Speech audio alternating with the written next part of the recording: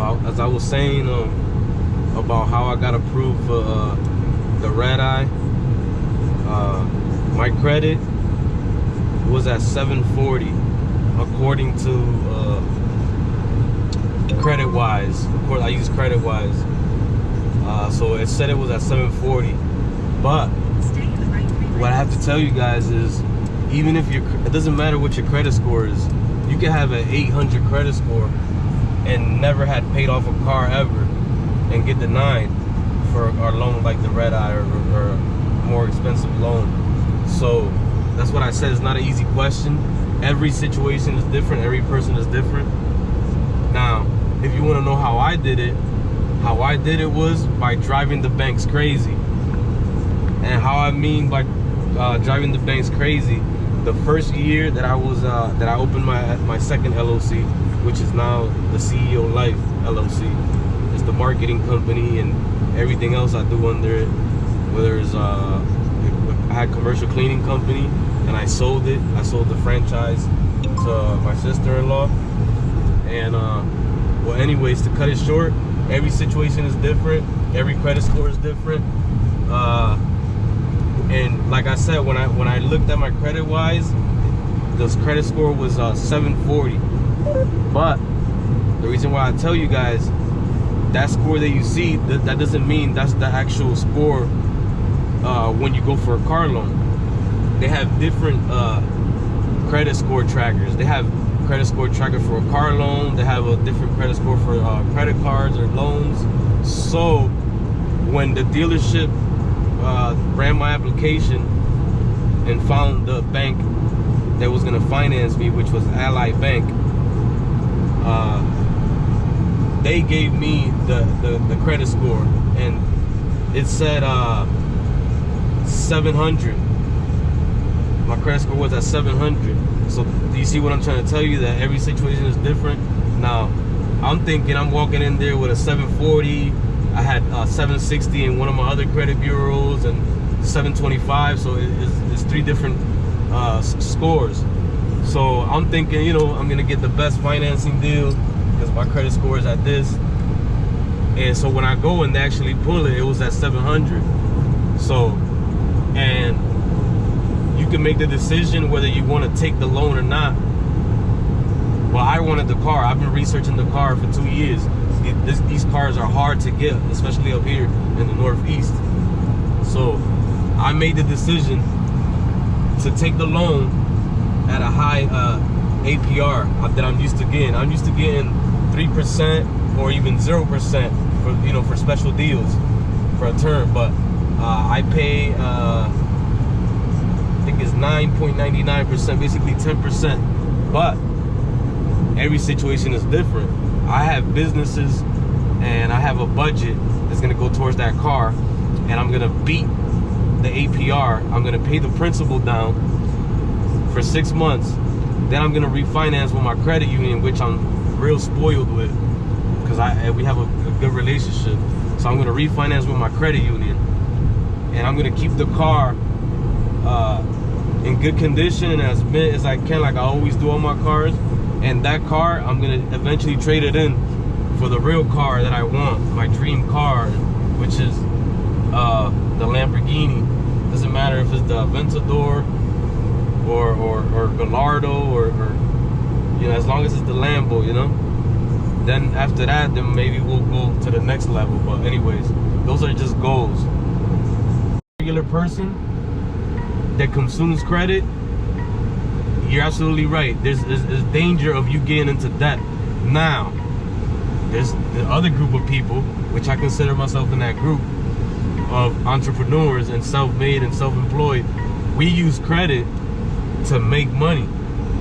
We don't use credit to go to the mall and look fly and buy all types of accessories. No, we use our credit to build small business, and then we pay that credit back, and now we have a cash flow business. So there's people that are programmed that are scared of credit, but it's because their parents, the way their parents raised them to be scared of credit and try to pay everything cash. Now, don't get me wrong, I'm not saying that's a bad idea, because even all of us are going to protect our children from getting into debt. But you have to also teach them that credit is a tool. You need credit, whether it's to get a house, low interest rates. You need good credit, an apartment, everything. So you have to specify to what group of people you're giving advice to. So yeah, credit could get you in a lot of trouble. They're absolutely right. Or it could get you something like that. That's crazy. 105386. Atlanta, Georgia, 30348.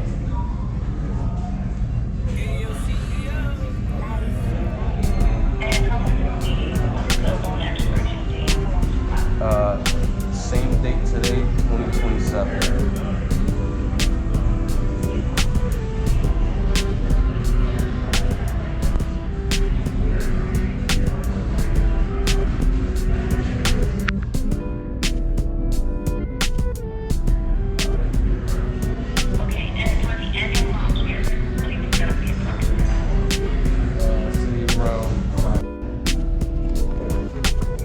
This, what we're signing, sir, is the privacy notice saying we don't sell your information to the third party.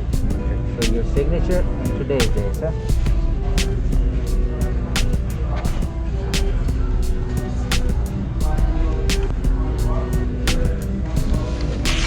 Now this is the credit application that you filled out online. So I printed all that. Right. But the bank needs your signature. So, signature and today's date.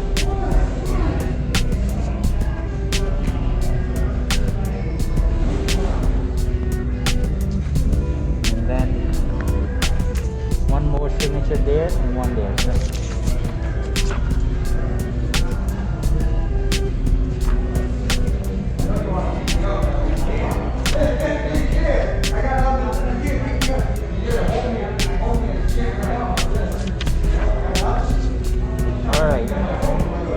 This is the price of the car. Okay. All the sales tax, registration, documentation fee and all that. You left me 500. You're going to give me 1500 more. So right here is the signature right there, sir. Okay.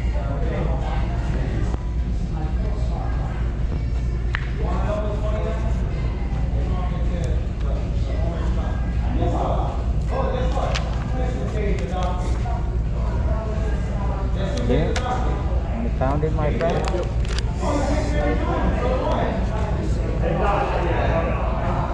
Now I'm going to print this also, give you printed one also, but now there's two things I'm going to go over with you.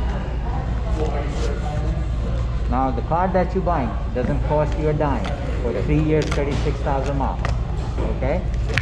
Which is everything that you see in red and black all the way down up till here, okay?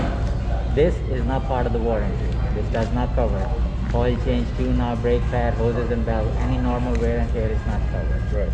What I can offer you, this car has a lot of electrical and computerized stuff in this car.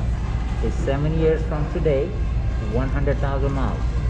Everything that you see in this brochure, except for that. Right. Anywhere in the United States. Okay. Zero deductible. Along with that, you get a 7-year worth of roadside assistance also. Okay. Life.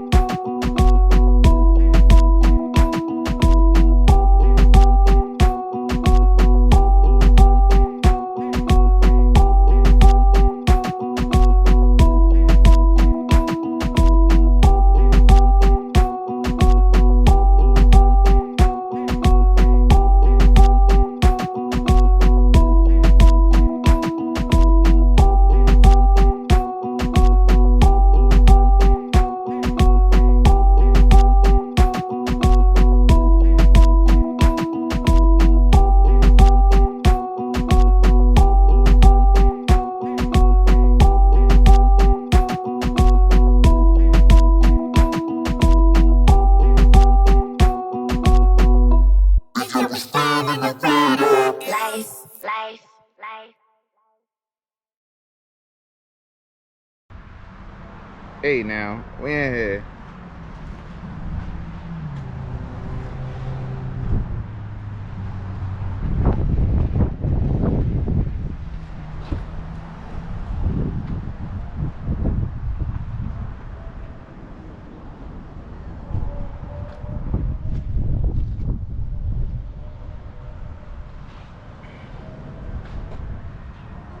Bam.